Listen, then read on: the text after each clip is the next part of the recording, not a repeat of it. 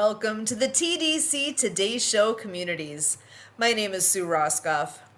The Disability Channel is out of Toronto, Ontario, Canada, showcasing abilities. TDC provides digital media production, education, and employment programs by and for persons with disabilities and veterans.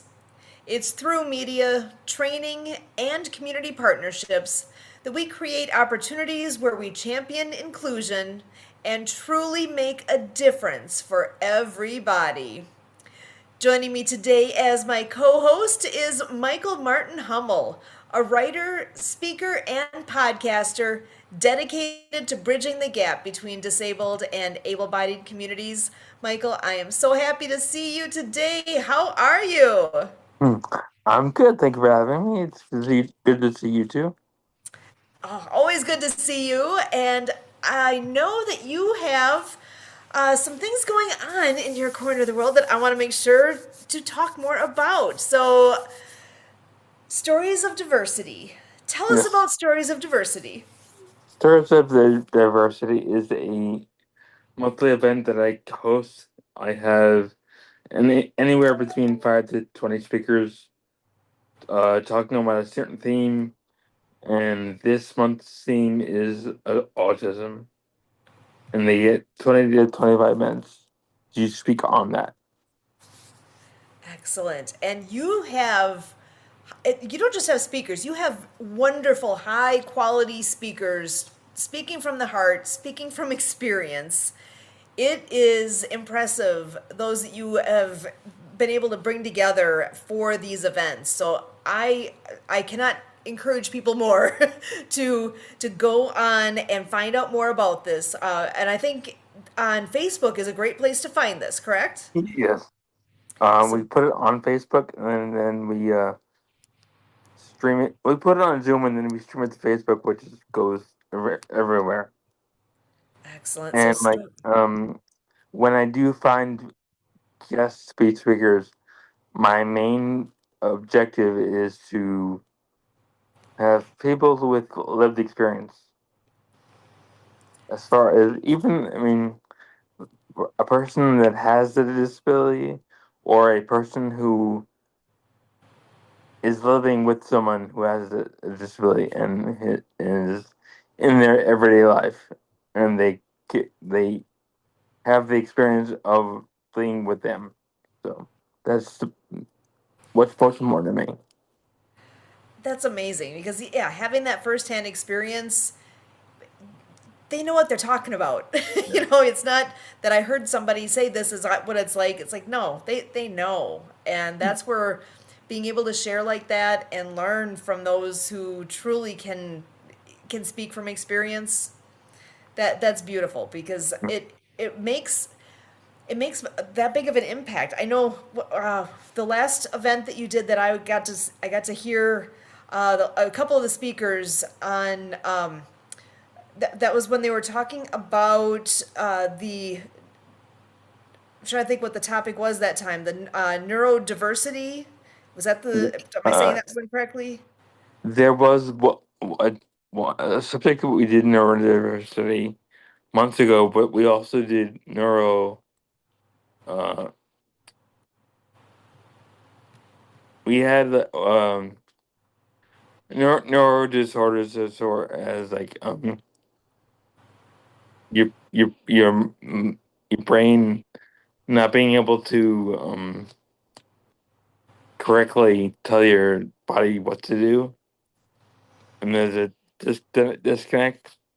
Mm-hmm. We had that theme also. Yeah. So to be able to learn and just absorb that information is so good and very heartfelt and very touching. I remember watching. I was planning on just having it kind of in the background and listening, and I couldn't because I was like, wait, I need to hear this. I need to like really hear this. So it's wonderful, I'm so glad you're doing that. So in your next event, it's typically, is it the last Saturday of the month? Is that your It's typical date? usually the third Saturday. Third. Okay. Yeah, but we've had to shuffle it around because like there's been times when I have multiple ghosts, and there's been times when they weren't able to make it, so I had to shuffle it around. And the next date then is, so we're in the month of April 2026. What date is it this month? It is on April 25th. April 25th. So that is one to tune into. Speaking of tuning in, you also have a podcast. You want to tell I us about do. that? It was my main goal with the podcast was just to tell stories of people with disabilities. I'm shifting it to ha- people with disabilities being seen, heard, felt, and understood, and just telling their stories and how they are how they are seen, heard, and felt, and understood, and how misunderstood they can be, because oftentimes people with disabilities don't get their stories told correctly because other people tell them, or other people assume that their life for them is a certain way. So I wanted to have people tell their stories. Excellent. Because who can tell it better than themselves? Yeah, I love it. Oh, and have you started the podcast with this I yet? actually I actually just did the first interview today, Oh my gosh, this is and fresh. it's going to be called the Seen and Understood podcast. I love that. That's gonna be amazing. So tune in and find out more. Stay tuned to all the great guests that are gonna be coming along. Exciting news. So and you heard it here first. Awesome. So well, I'm gonna flip over here to a topic that I know we bring up every so often here. Project Die Hard. That is an organization that is very dear to us with supporting our veteran community. And there are some events coming up that I just want to get out in to be known. First up, the Military Expo. This is crazy huge. The Military Expo for 2026 is taking place in just a couple weeks from now. So April 17th and 18th at Discovery Park of America. And that is in Tennessee. If it's easy to find, Google it. Discovery Park of America Military Expo. I promise it'll take you right there. That's what happened when I did it. I wanted to find out more details, and oh my gosh, what blew me away not only was the information that I found on there about what is all going to be presented. My understanding is the foot traffic that comes through there over the course of those couple of days, we're talking like 180,000 people coming through and absorbing all of the things going on. Support of our military, learning, experiencing the equipment and reenactment and so many things, and including for the first time ever Project Die Hard is going to be there. So that is a big deal. And if you are anywhere near the Discovery Park of America on April 17th or 18th, please go and check that out. Better yet, if you know you're going to be there, come and help. Right now we've got Brian Gibson. As far as I know, he's the only one that's going there right now, and basically manning our booth and talking to people. And really, we should have several people there and having a chance to talk to our veterans and our community, and really promoting what's happening. So that would be a big one if you have any interest, even if it's for an hour, just to be able to come and sit and join in that event. That would be so appreciated. One other big event that is coming up also is Operation Big Things. You heard that right. Operation Big Things is coming up in, wow, just over a month from now, Saturday, May 23rd at Southpaw Bar and Grill. So Operation Big Things, you can find it on Facebook. Real easy to come up with it. And it's from 10:30 a.m. until 5:30 p.m. And that is going to be a place where, here, let me read the description, is join the veteran and the ministry service providers of Southern Illinois and Western Kentucky as we all come together to bring hope to our local heroes. Community, come and support them, showing they are not forgotten and that you care. Learn more about Forward Operating Base Rush and what is coming to have a place, not just a day to get the support. It's an actual place where you can go and you'll be able to get the support you need. Have fun, have fellowship.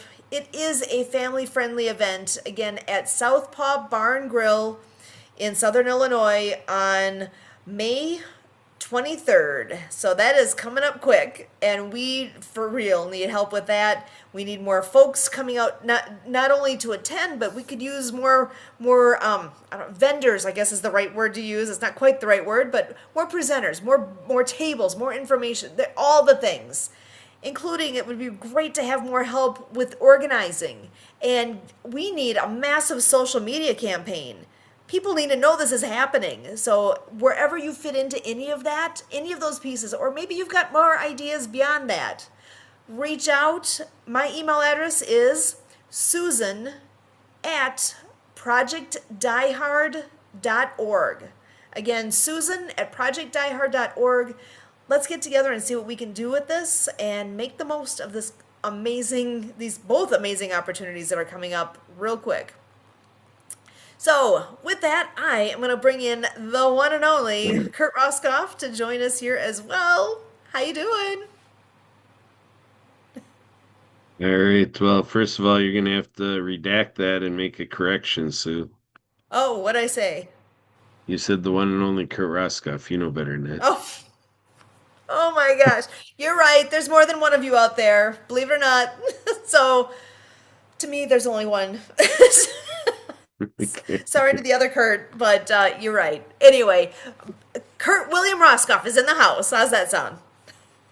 There we go. So, Sue, can you do me a favor and do a screen share of cpd.wisconsin.gov? I used to be a member of the Council on Physical Disabilities, vice, former vice chair of the council, and so basically, from last September to today has been an interesting ride. I reached out to the office and, tried to get caught up, and immediately in September spurred an offer by Angela, who's on here, to meet with her and have a little discussion. And um, basically went a few months without being able to get much of a response. Talked around to some other people. So, Sue, can you go ahead and click join the council? All right, so on the left-hand side here, join the council. So, click on apply to serve. Right here in the middle, apply to serve. Oh Yeah. So they have a couple of vacancies. So no! It says my site point can't here be is reached. my point here is that administratively it's a profound dynamic that for something that was set up back in the 80s, to be here at 2026. And what it is that the people doing this work are spread thin, so like in the with the jobs, they're expected to do so much. And Sue, you know about this at the university, how they pile on, like 70 hours worth of work for you to get done in what you'd hope they were thinking of as a 40-hour work week. So then it's like, okay, what are the 30 hours of stuff not going to get done? And so that's what these things are a sign of. So, Sue, can you bring the display back up? So what I want That's to do is I want to show the members area. So the idea is these councils are set up with a very specific composition of, who's represented on the council. When I served on the council, I got in as a service provider. So go ahead and click on members. So and then go down there, you see Ben and Jason, Jackie. These are all people that I served with. And then there's two vacant positions. So the idea wow. is, all right, so they got two vacant positions. So I emailed lady by the name of Lisa. Lisa's part of the bureau that oversees this council. And she told me that they're looking for people with disabilities. Well, that's great. So I might suppose that those vacancies are for both people with physical disabilities, which would be great. So it's a council of that, right? Um, but it didn't sound too certain about whether or not one of those was a service provider. So I'm asking for clarification if it is that or something else, let's try to be specific what we're trying to recruit. How are you going to get what you need when you don't put it out there what you're looking for, right? And then go Exactly. back to the meetings area. Now, again, I'm not doing this to pick on anybody. I'm just trying to say this is kind of where the need is. People are needed to be able to make these type of responses. So go to Emergency Preparedness Committee right here, and then click on the agenda. Now just think, Michael, when was the last time you clicked on the state of Nevada going to the Governor's Committee for People with Disabilities or any such thing? I'm doubting you've ever done that, have you? No, I've never done that.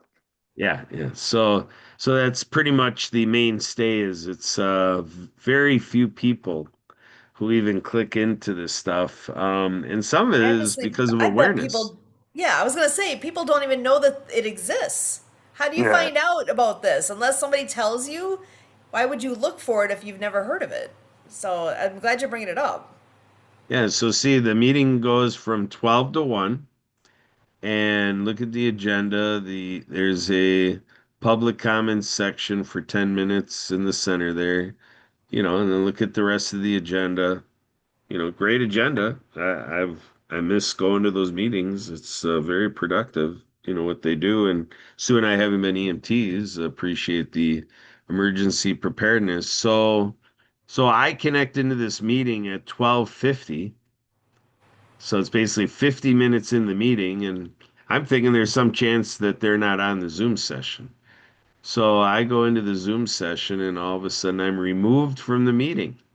Host removed you from the meeting. So now I got an email out to our friend Lisa to What? say, all right, what's going on with this? That, here I'm coming in from the public. It's a public notice, open meeting notice, da da da da da. And 50 minutes in, I'm impressed that they're still meeting, but then all of a sudden I get removed. See, to me, I would think that if they needed the last 10 minutes for themselves, that they could have admitted me and then said, I'm sorry, Kurt, but we adjourned the meeting, but we have other business that we need to discuss. And, we just need the time to ourselves. Sorry about that. We look forward to having you at the next meeting, something. Because to me, it was a shock to get the notice, removed, from the meeting. So again, not to pick on this group, I obviously enjoy all of them. They're all doing great Right. work, so on and so forth. But it's just a little bit to express that it is a team effort, that it's public work, and it takes the public to be involved and they have these different perspectives because this is a group where most all of them have been working on this together for the last 5, 6, 7 years together, and they're just kind of going through the same motions getting the work done that nobody else is doing, and it's primarily volunteer. I mean, they have expense reimbursement, but so it's a volunteer opportunity, and so an underappreciated position. So again, I'm not trying to shine any sort of a light on there, but it's just to encourage the public to really think about looking into these things and seeing how we can help, because it's tough work. And they have two vacancies, and It'd be great if the state of Wisconsin could get enough people applying that the governor's office would, fill the council so that there can be more volunteers to split up the work.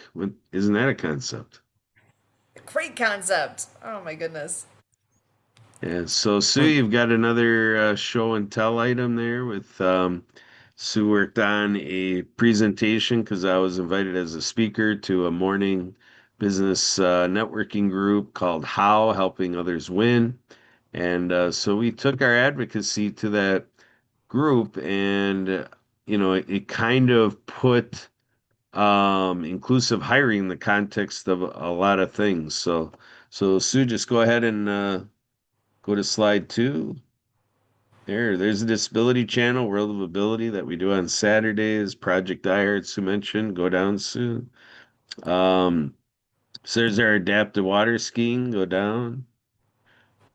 Adam doesn't ski. That's the story where Adam showed up to ski with our ski club in a ski show, and a couple of our leaders weren't included in that development. They shut it down. They sent Chad home dry, and so the Everybody Skis program was born out of that moment of the leaders not being comfortable with this gentleman joining us in the ski show, and it's a little illustration about how lack of inclusion or missed opportunities of inclusion happen all too readily. People taking the direction of convenience and just doing it the way they always did it rather than making a shift to inclusion. And the idea is our club was doing adaptive skiing for 20 years at that point. So having an element to be inclusive, but all of a sudden making it the ski show is off limits to people with disabilities, which Sue and I and her daughter didn't stand for, and we created the program that turned that around. So next slide, Sue. Inclusion matters. So we go to business people talking about this. Go down. We talk about the ailment in the marketplace, that there's a lot of failure out there in business. And so basically, we're proposing that people with disabilities not being a part of the business community as much as could be is part of the solution. Let's get more people with disabilities involved in business community and watch this statistic improve. Go down, Sue. The fishing analogy is based on 1 in 4 people are people with disabilities. So when we show that leakage of fish going out the net, that represents basically like the portion of population being people with disabilities getting out of our reaches. So like picture a fishing operation where you're, kind of bringing in fish and you're getting what you want with all the fish supposedly, but we're showing how 1 in 4 are leaking out because we're not being inclusive and people with disabilities are left home not being a part of what drives our marketplace, our communities, and our public spaces. Go down. So we always talk about here the 6 parts of life. We boil it down to entrepreneurship, education, service, citizenship, faith, and fun. So I look at it as a bundled package. It all works together like a 6-cylinder engine. All the pistons are equally important in terms of driving a vehicle. And so we ride this vehicle of life, the ride of life. This is what brings a balance is that people with disabilities have an equal opportunity in all parts of life. Down Sue, we're showing our podcasting here. Go down, Sue. So there you go. So basically, we're going through a little bit of, we have a show like this. So if somebody else doesn't have a show like what we're doing right now, we're showing some of the specifics on what we're able to do, for co-creating videos with them and using YouTube, so on and so forth. All right, Sue, go ahead. There's our YouTube channel that we use in conjunction with what we do. So on our backgrounds here, we say World Ability Podcast. So that's the partnership we have with the Disability Channel. We produce this for the channel, but then we also have we've had all along as well our YouTube channel. All right, go ahead, Sue. So this is a sample of people that we've helped. Like you're seeing the Today Show is in the mix. So just like we're doing this show, we've helped showing there a dozen other people. I mean, it's really a roster of 60 people that are around this work that we're doing. Growing show business through all of our partners and people who say, "All right, we'll give it a try. We'll do a show with you," and then they've co-created these unique shows with us. All right, so so yeah, just promoting inclusion. Go ahead, and this is the last slide. So we had put our calendar links on there and my phone number, email address again. Go to the last one, Sue. And that's Sue's signature there. As always, we thank you, just like she'll probably end this show tonight that way. Um, so, Sue, can you go ahead and show Dave Berger's YouTube channel? Because basically, I went through it more thoroughly, and you might find it interesting the dynamic that slide deck had with the event. And then on the tail end of it, there was a little bit of reaction to what I just showed. So you might find that interesting. You can go to youtube.com/at Dave Berger 8092. So there you go. You can see the profile photo, and then how to spell his name to catch him. And then you can see I was 6 days ago. They just had the event again yesterday. Or I'm sorry, not yesterday. How did they get no views? They got one on there yesterday. Yesterday was Tuesday. That's Maybe interesting. they're, yeah, it could just be that they're doing some editing and that's when they upload the video after the Oh, yeah, fact. yeah, that's what it is. So yeah, they uploaded last Thursdays and mine was a couple weeks ago. Yep, that's what it is.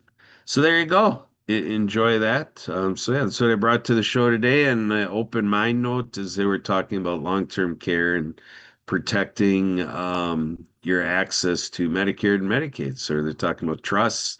They didn't talk about special needs trusts or able accounts and such like that. But basically, we're taking people that direction, to think of those ways to protect your access to the care you need. And so it's an interesting event at the Open Mind. So what else do you want to do, Sue? Are you wrapping up now, or what are we doing next? Well, I think we gave quite the abundant information tonight. I'm so happy to have all these pieces that we can bring together, all the things that Michael's doing, what you've got going on, and sharing some of those details that I hadn't heard till now. So it's been one of those days. I'm getting caught up same time as everybody else, and there's a lot happening. Just open your eyes and look around. People can be making it. You can make a difference. You can do so much. Michael, I'm going to pass it to you for some final thoughts here, reactions, whatever you got for me. No, I just wanted to thank Kurt because of the plethora of information that they gave. I didn't know any of what was going on, so it was just interesting to hear all of it. Excellent. Well, yeah, he's the guy to have a plethora of information at any time. So I love it. Keeps things lively, moving forward. I see he put in the chat here, go mad, make a difference, MAD. That's very much Barry. I always mess up his last name. Barry Shores. He's ambassador of joy. I always want to say Barry Joy. Ambassador of joy, Barry Shore, that has all the amazing acronyms and sharing the love, spreading joy everywhere he goes, and go mad, make a difference. So then that's what we strive to do here, because together here, the Today Show communities, it takes a community. We are a massive community, and as a community, we support one another and make a difference. So for all of us here with the Disability Channel and the TDC Today Show